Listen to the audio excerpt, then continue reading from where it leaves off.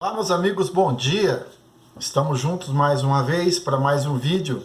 Lembrando a você que ainda não se inscreveu em nosso canal, vá lá no YouTube, procura canal Antônio Lima Braga Júnior, faça sua inscrição, clique no sininho para receber as notificações, curte o vídeo, que é muito importante para nós, ok? Para você que nos acompanha no Facebook, todos os dias nós postamos parte de um capítulo da Bíblia, até o sábado, e no domingo postamos esse vídeo para comentar o capítulo que nós postamos. Lembrando a você também que eu criei uma página chamada Bíblia Fácil para a sua aplicação pessoal. Você pode entrar lá também e curtir para você ser informado à medida que nós postamos vídeos e textos, ok? Chegamos agora no 12º capítulo do livro de João. Nesse contexto, temos Jesus de volta ao povoado de Betânia, apenas 6 dias antes da Páscoa. Nessa ocasião, Jesus e seus discípulos foram convidados por Lázaro e suas irmãs Marta e Maria para um jantar. Eles estavam muito felizes porque Lázaro tinha sido ressuscitado. Estar naquele local era um ato de muita coragem, porque Betânia, como nós dissemos na semana passada, ficava 3 quilômetros de distância de Jerusalém. E havia uma ordem explícita para capturar Jesus Cristo. Está no último versículo do capítulo 11. E a cidade estava abarrotada de judeus peregrinos por ocasião da Páscoa. E Betânia, fazendo parte do grande círculo da cidade de Jerusalém, também tinham muitos peregrinos naquele local. Por certo, estavam todos alegres na casa de Lázaro, no momento de confraternização. Mas de repente algo admirável aconteceu. Maria leva um perfume que valia mais ou menos o salário de um ano de um trabalhador e derrama sobre os pés de Jesus. Então começa a enxugar os pés dele com seus cabelos. Judas imediatamente entra com uma frase de falsa bondade. Quantas frases de falsa bondade nós escutamos todos os dias, não é mesmo? Ele vai lá e diz o seguinte: ele questiona o valor do perfume e diz o seguinte, que deveria ser vendido e doado aos pobres. Só que quando ele doa aos pobres, se tivesse sido feito isso, o dinheiro teria que passar por ele, que era o tesoureiro, e ele ia pegar um pouquinho para ele. Acho que hoje acontece a mesma coisa, né? Muitas pessoas pegam aquilo que não é delas. Muitas pessoas começam pegando o emprestado para devolver depois. Depois começa a pegar. Temos que ter muito cuidado com isso. Eu vou abrir aqui um parênteses sobre 3 personagens dessa passagem. Primeiro, vou falar sobre Marta. Marta era sempre coerente, tinha uma fé grandiosa em Jesus. Como nós vimos no capítulo anterior, na semana passada, ela tinha sempre os pés no chão e demonstrava o seu amor através do trabalho. Você pode servir a Jesus tanto na linha de frente como nos bastidores. Não precisa você ficar aparecendo. Você pode trabalhar bastante nos bastidores. As igrejas precisam de pessoas nos bastidores. As igrejas precisam de pessoas que contribuem através do seu trabalho, em secretaria, em limpeza, em visitas missionárias, tantas e tantas coisas que você pode fazer nos bastidores. E Marta fazia isso. Ela demonstrava o seu amor através do trabalho. E Maria, sua irmã? A Maria, sua irmã, era diferente. Ela amava Jesus acima de todas as coisas. Ela não se importou em ter a extravagância desse amor. O amor autêntico, ele não calcula custos. Ela usou o seu perfume caro sem pensar no preço. Ela ainda foi humilde e ungiu os pés de Jesus. Ela poderia ter ungido a cabeça, que era o mais comum, mas ela não se achou digna. E ainda ela enxugou os pés do Senhor com seus cabelos, numa época em que soltar o cabelo era um escândalo. Ela não se preocupou com o escândalo, pois o amor dela era inabalável. Tenha um amor inabalável por Jesus. Não se preocupe com o que as pessoas vão dizer a seu respeito. Quantas vezes você vai ser tratado com pequenez por ser um cristão? Não se preocupe com isso. Preocupe em amar a Jesus, em fazer a obra do Senhor. Não se preocupe que você vai ser ridicularizado, tratado como um bobo, porque você sabe em quem você está crendo. E Maria sabia. E Judas? Bom, Jesus sabia do caráter de Judas, mas queria lhe dar uma oportunidade de mudança. Ele também sabia da sua capacidade. Judas não foi colocado lá como tesoureiro por acaso. Não, é porque ele tinha capacidade para isso. Entre todos os discípulos, quem tinha capacidade de ser tesoureiro era Judas. Assim ocorre nos dias de hoje. As pessoas são colocadas em cargos porque têm capacidade. O problema é que ele se deixou levar pela tentação. A tentação, ela vem sempre pela sua confiança pessoal. Quando você se sente capaz de fazer algo bem feito, é nesse momento, justamente nesse momento, que você é tentado. Naquilo que você faz de melhor. Se você pegar os acidentes de motorista de ônibus, só acontecem com motoristas de ônibus experientes. Se você aprendeu a andar de bicicleta, você coloca as duas mãos no guidão. Mas quando você está confiante, você coloca uma, de repente você solta as duas, de repente você quer andar com uma roda só. É nesses momentos que você é tentado. Essa regra vale para todos os setores.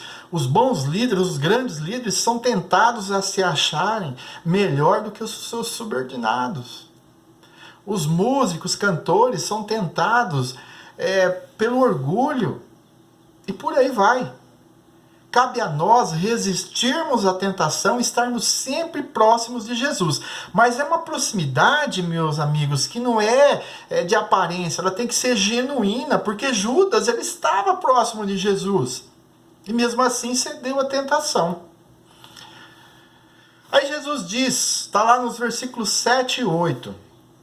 Deixai-a, para o dia da minha sepultura guardou isto. Porque os pobres sempre o tendes convosco, mas a mim nem sempre me tendes.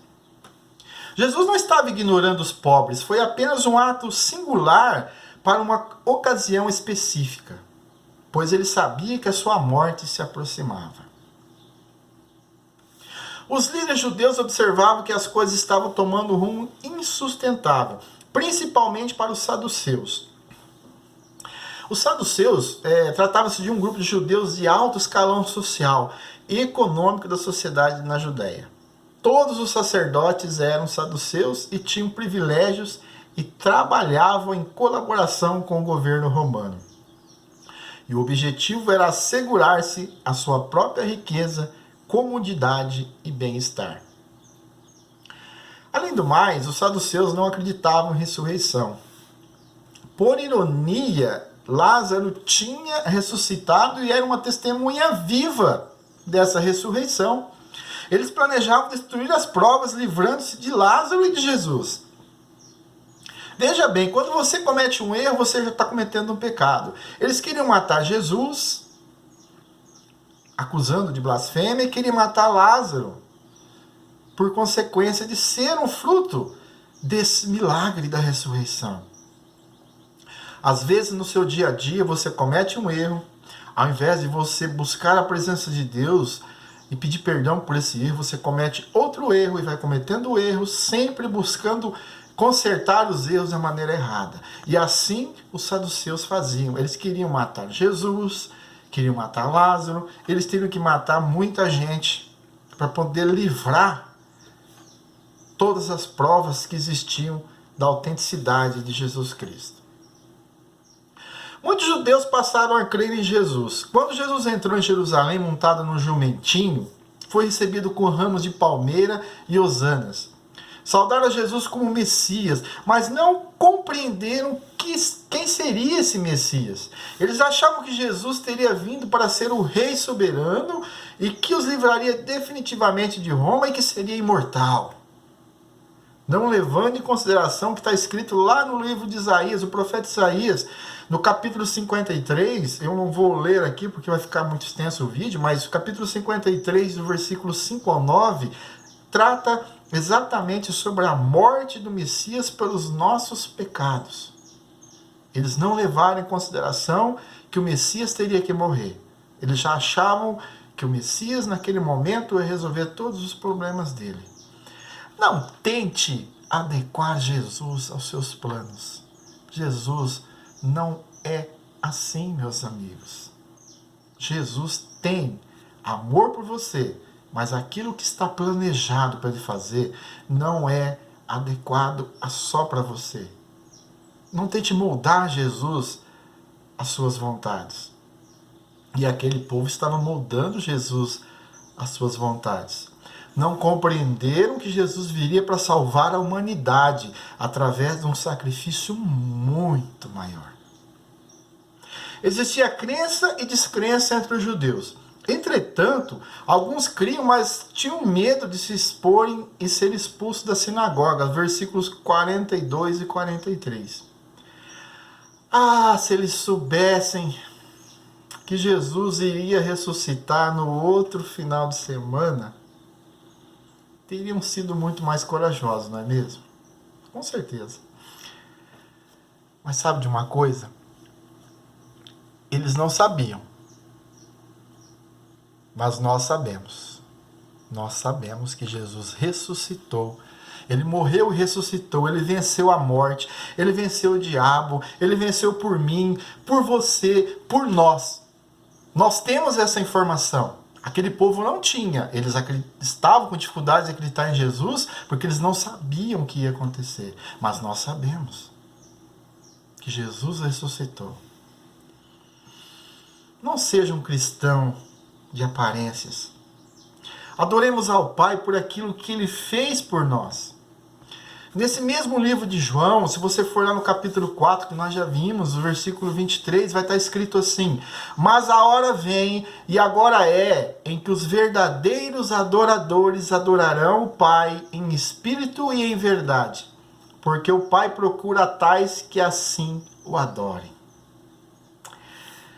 Um bom dia para você, que a paz do nosso Senhor Jesus Cristo esteja com todos. Vem aí 2021, nós sabemos que 2020 foi muito complicado, algumas pessoas perderam os seus entes queridos, estão muito entristecidas, algumas pessoas estão com seus entes queridos doentes, se recuperando, momento de apreensão, mas nós sabemos que em todos os momentos Jesus está conosco.